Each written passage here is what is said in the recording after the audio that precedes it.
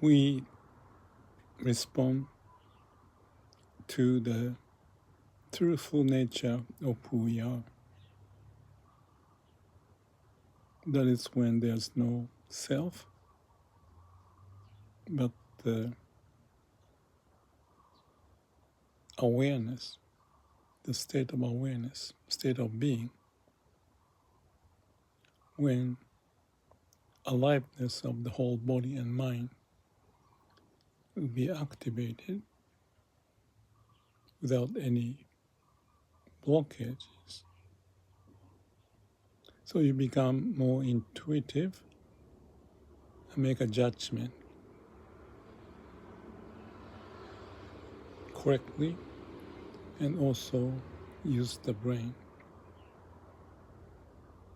It's a simple life, not the simplest.